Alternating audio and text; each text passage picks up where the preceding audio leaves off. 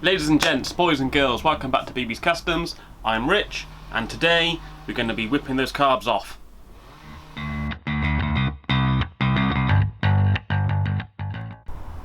Okay, so last time we tried this, I had the battery from the Virago in here. Put fuel in the carbs. The fuel was getting into the bowls, but it wasn't getting into the engine. We had spark, we had airflow, so today's mission is we're going to take the airbox out, we're going to take the carbs out. I'm not going to do a full rebuild on the carbs yet because there's no point until I get a new air filter and sort the exhaust out.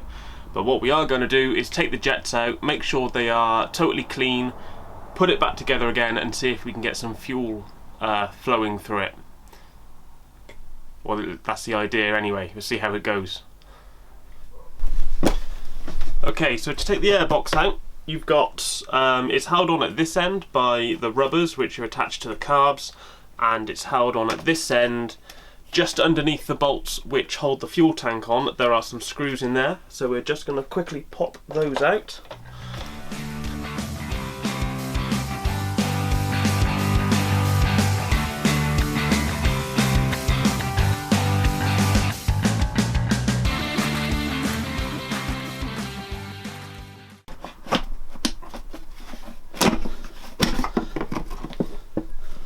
What's that drip from there? Okay, airbox. Now to take the carbs off. So we've got, what's that? This line here is your main throttle line.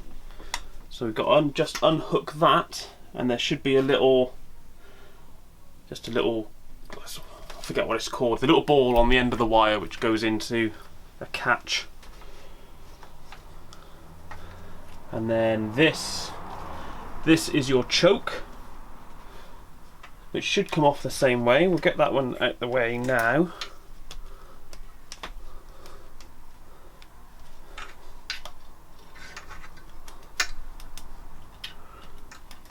And then that's that one off.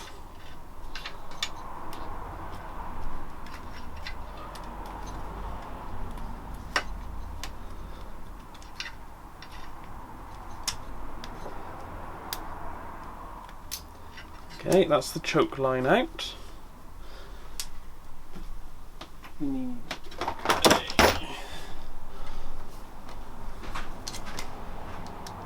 Just going to undo the clamps which hold the carbs onto the inlet manifolds.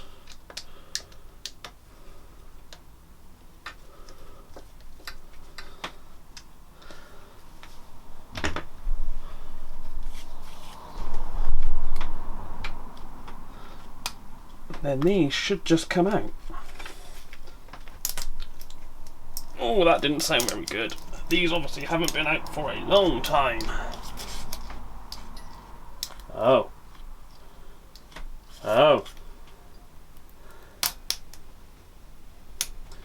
Right, that's a bugger. That is a bugger.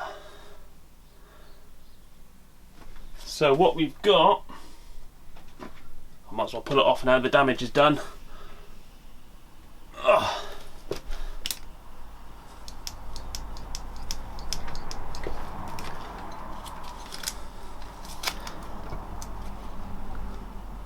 So this inlet manifold on this side has split, the rubber's perished, so I'll have to get a new set of those, which means I'm not going to be able to start it today, because I gotta get a new one of them, because there's no way that's gonna run now.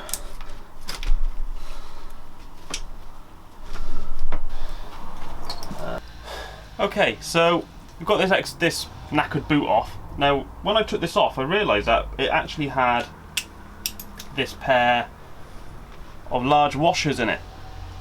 Now, I think these are they're restrictors for it.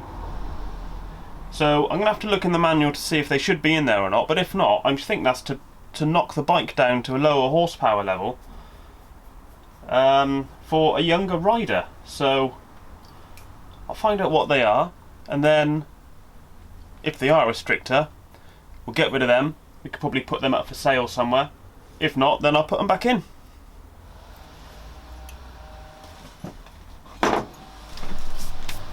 Okay, so let's have a look inside the bowls, which is where we should find the jets. Take the bowls off. You just got a screw here, another one here, and another one here. So we'll do this side first.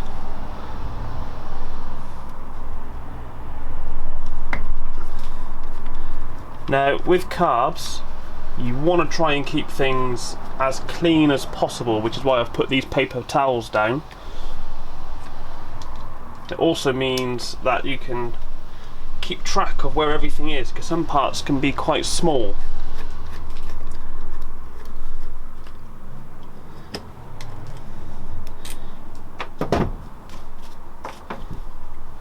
Let's just zoom you in a sec.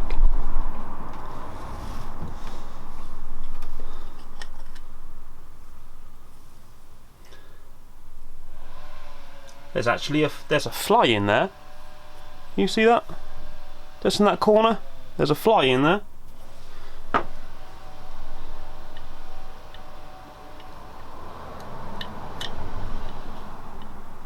Okay. So these are your floats, and this little bit in here, just bobbing around, this is your float valve, your needle valve. No, your float valve. That just shoots up and down inside here. This is what shuts your fuel off altogether. So when your bowls run low of fuel because they're pumping it into the engine, the floats drop, which let this open up, fill up with fuel again, and then shut it back off so you don't overfill the engine. But they look nice and clean. What we are going to do is take this one out first. This is your main jet. Just need a flathead screwdriver.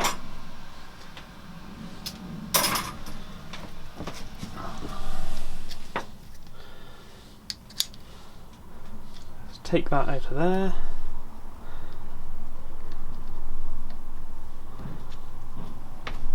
Like that. Now it's a little bit grubby, but I don't know if you can see it or not. There is a hole straight through that. You see that? So that's not blocked. That's not the problem. The chances are it's going to be the pilot jet then. We will give that a bit of a clean. Whoops.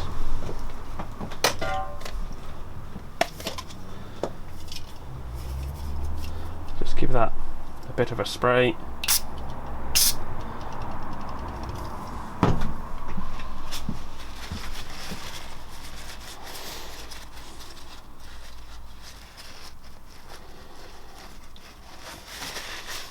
Oh, this stuff is just carb cleaner, if you're ever in the market for any. It's nothing special, just bog standard stuff. Okay, put that there. Then we need a long, thin screwdriver to get into there.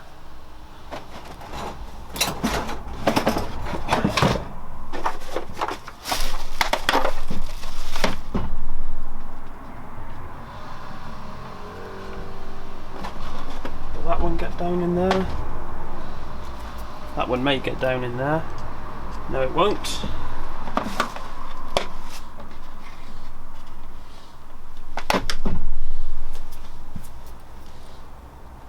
So your pilot jet is in this hole here.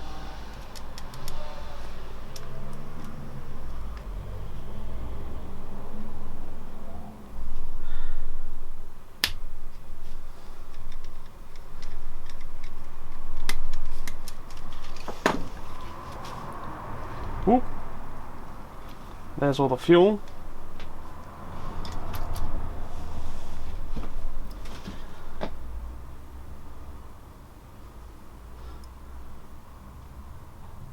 Okay, there is a small hole in there, but we'll just blast some of this down it just in case.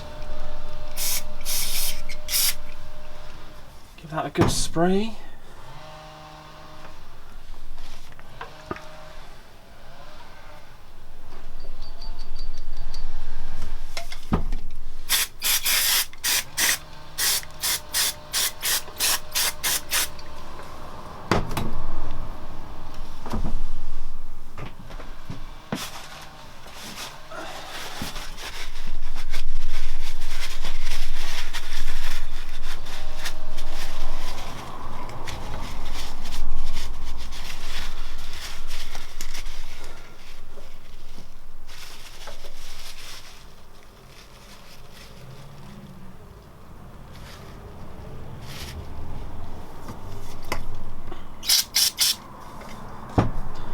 So literally all we're doing is just taking out each individual bit, giving it a good clean, and making sure that if there is a hole, it's actually a hole and not blocked up. So this is your main inlet port. This is where your fuel comes into your carb.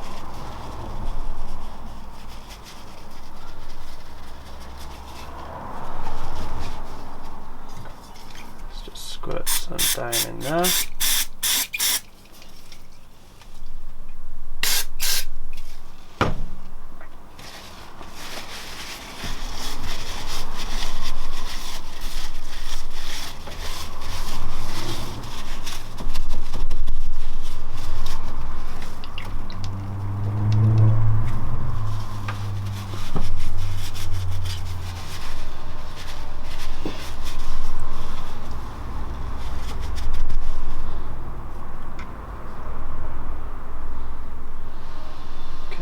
Put that back in there. So that looks pretty good, really. We'll just check the diaphragm on this side, and then when we know that everything on this side is alright, we shall look at the other side.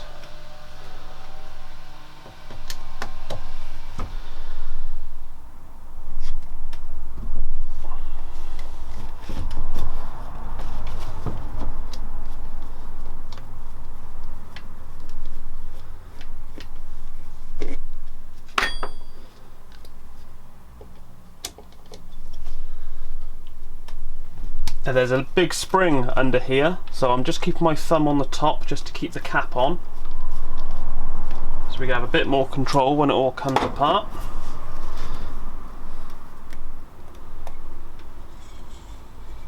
There's your spring, and this is your diaphragm. Now at the end of this will be your needle, which is what controls the flow of fuel into your engine, which is just there. That assembly is held in place by the spring pressing down. The spring presses down in that hole like that, and that holds this down at the bottom, which then goes into your jet. So I'll put that there. This, when it's in, oh, where are we? There. So this goes into the jet like that, and then just pulls in and out like this.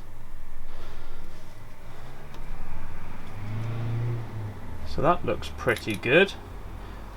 We're just going to check the diaphragm for any tears or holes, which will stop it lifting the needle.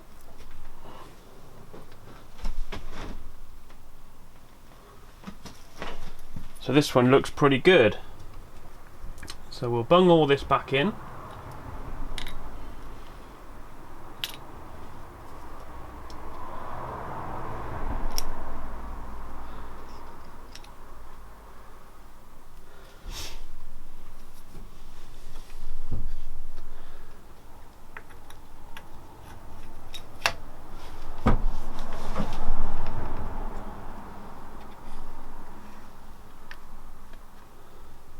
Important to make sure that you get the lip of your diaphragm seated in its little channel, and then you've got, when you put your cap back on, you've got this extra little little, what would that do? That's your vacuum line. So your vacuum line goes over this O-ring here. So just make sure that when you put the cap back on, that it's all lined up nicely.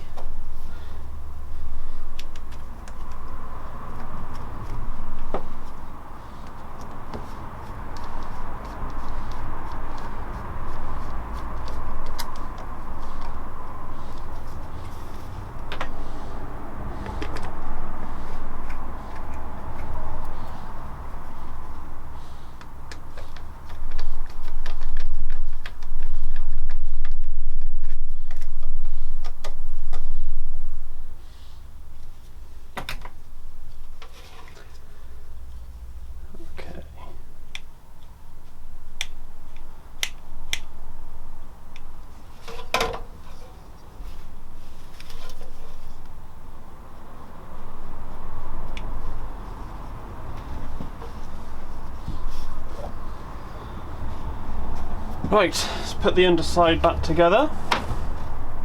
So your pilot goes back down in there. What I am going to do is just blast carb cleaner down all the holes. Now that jetted straight out of there, which is good because that's where it's meant to go. That as well, get that in there.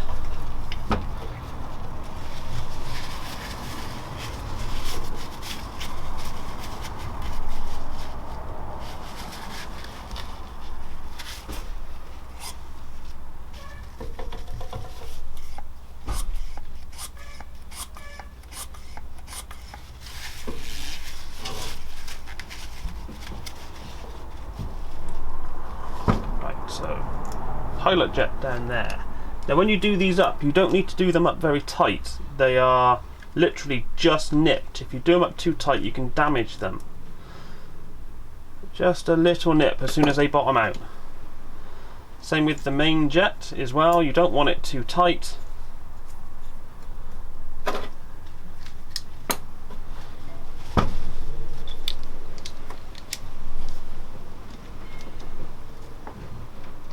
Just a little nip.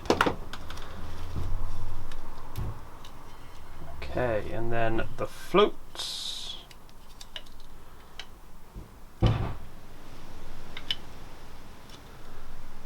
That in there. That in there. Like that. And then get that fly out of there. Give that a bit of a spritz.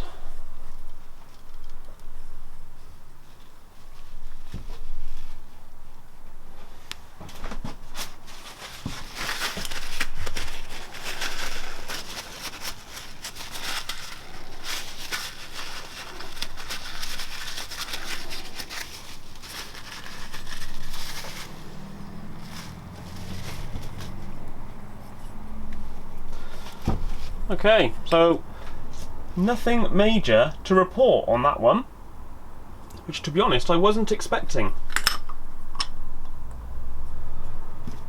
Let's have a look at the other one.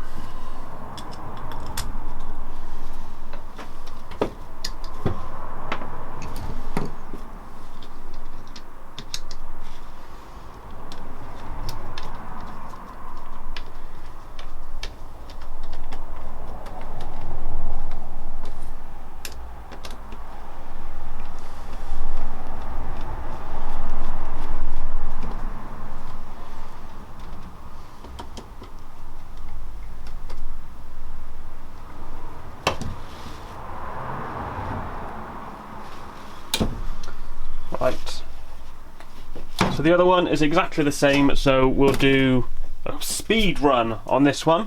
I'll speed this up for you so you're not watching the same thing again.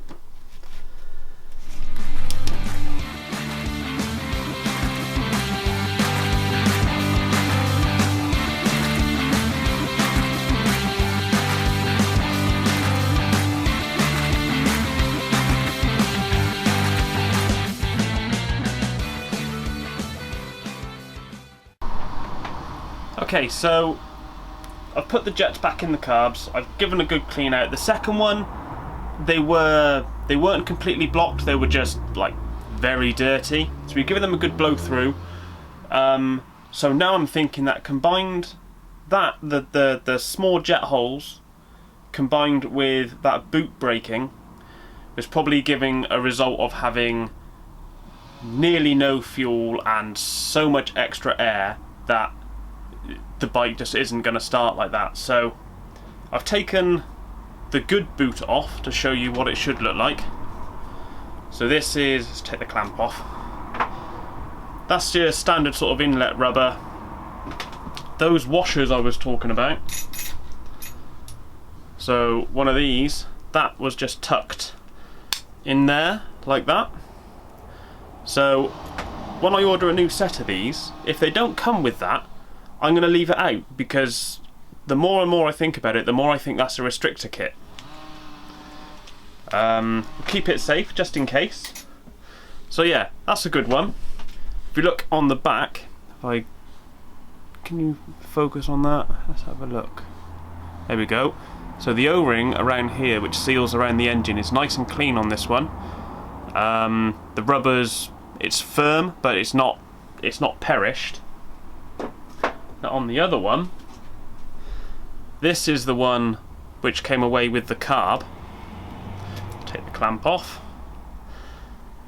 The rubber on here is very, very brittle. It just sort of pulls off in your hands.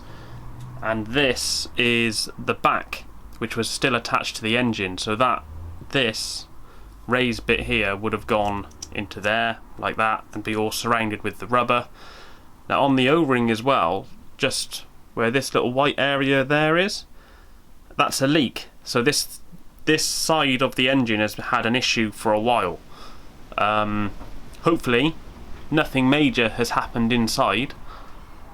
I mean, we'll find out at some point, I guess, but yeah, we'll order another one of these. We'll order a pair, get it all back on the bike, and then see if we can get it to fire. The cars themselves, they move alright, they're nice and clean. They're dirty on the outside, but like I said in the previous video, this bike has done very little mileage, really. It's only done 20-odd thousand miles. So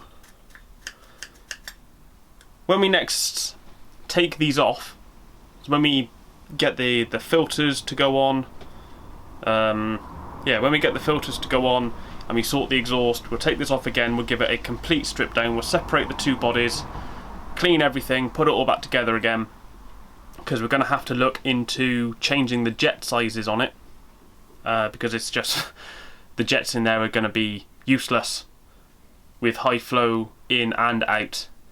There's going to be too much air, so we need to get bigger jets in there. So we'll leave them somewhere safe for now. Where can I put those? Where can I put those? Let's put those with the bike. No, we won't. Bubble wrap. No. Screw it, they can stay there for now. Right. In other news, last time I said that I wasn't going to bother getting a different front end to put on this bike because, you know, it was out of the realms of budget for what I had to spend on this thing. But times have changed, because miraculously, as soon as you say anything like that on a video or a recording of anything where they have you saying, I'm not going to do that, the world changes everything. And it says, look at these. So, have a look at these. Right. Oh. So here we have a full set of upside down, much higher rated forks. Now these, the forks, came from a 1996 ZX7. So a bit beefier than what the 500 would do. Weight wise, the Kawasaki is, I think I read it was something like 20 kilos heavier, which isn't massive really, it's not a big difference. Unfortunately, if I turn these round, if you look at that, that's how far down the yokes go. Because when I bought these, it said ZX9 forks and yoke set. So I thought, oh, that's brilliant, it's even got the risers on the yokes. So I thought, oh, that's just what I want. £85, we'll have that. But the chap who I bought it from, if I just sit them there, the chap I bought it from said that he bought it for his project bike but never fitted it, so having a clear out and didn't need it anymore, which did send some alarm bells going. But I thought 85 quid, I could get some use out of it. So unfortunately the yokes are from a ZX9, which have the same diameter fork all the way down. The forks are from a ZX7, which have a swell in the middle. So the top of the fork, I think, what did I measure it as? Where's my vernier? So the top of the fork is 52 millimeters, And then down the bottom, where the bottom yoke would go, is 55.8, which is really annoying because it means I can't use these yokes. I mean, a bit of me did think, could I get that bottom yoke off, give it to a machinist and get them to just nibble that out? If it was a billet one, then I'd be tempted to do that, but because it's a cast one, I don't think I'm going to risk it. I need to try and find a ZX7 top and bottom yoke with a spindle. Because obviously I need an old spindle to use to get the measurement to combine with the spindle off of the GS to make like a crossover spindle, a hybrid, so that headstock fits those yokes. So yes, that was annoying, but I'm still going to be able to use the forks. But that does mean that I have a set of ZX9R B, because they're from the same year. ZX9R B top and bottom yokes with risers, if anyone wants them. They are already for sale on eBay. I'll put the money from those towards getting a new set for the forks. So that's exciting. What else? I think that's it for new parts. So what are we going to tackle next time? Let me have a think. Okay, so next time, hopefully, fingers crossed, I'll get some new intake boots in and we can bolt all that back together again. Make sure it's got nice seal, make sure we've got no vacuum leaks anywhere, because they'll cause a problem with it firing as well, and then see if we can get this thing running. I'm hoping that with that damaged boot gone and a new one on, that's going to solve the problem, along with the now opened up clean jets. The rest of the carbs seem to be working alright, so it should. There's no reason why it shouldn't fire, unless I'm missing something else further down the line, but we won't know that until it's back together again. What else are we going to do? I'm going to start thinking about cutting the back off the bike, so we may spin this thing around and I'll have to put the tank back on, I suppose, and just see where the lines are, get a bit of a visual representation of how it's going to look. Other than that, I think that's pretty much it. Don't forget to like and subscribe to the channel. Somewhere there should be a little button for you to press. Feel free to tell everyone about it. The more people interested, the better. If there is anything you think I've done wrong or you think I could do better, then feel free to put that on. I'm more than willing to learn from you guys. I'm hoping that the things I do will help you learn from me. As you can see, I have started to go festive already. I've got my Christmas lights up in the shed. The Christmas tree is up in the house as well. I know it's November, but it's been a crap year, so, you know, a little bit of cheer, a bit early, is not a bad thing. And to people who don't like it, you can be humbugs all you want, I don't care. Stay safe. Make sure that when the opportunity comes, you can go and see your family and your friends. It's very important this day and age. As I said last time, if you are having problems, even if you just need someone to talk to about anything, feel free to drop me a line. I'm always willing to have a chat with people. If there is anything mechanical bike wise you might need help with, whether on the GS or on any of the other videos I've had in the past, give me a shout. You can find me on Instagram and Facebook. I am on Twitter, but not very much because I don't get Twitter. Drop me a line if you need anything. Don't forget to stay safe, like and subscribe, and I'll catch you next time. Cheers.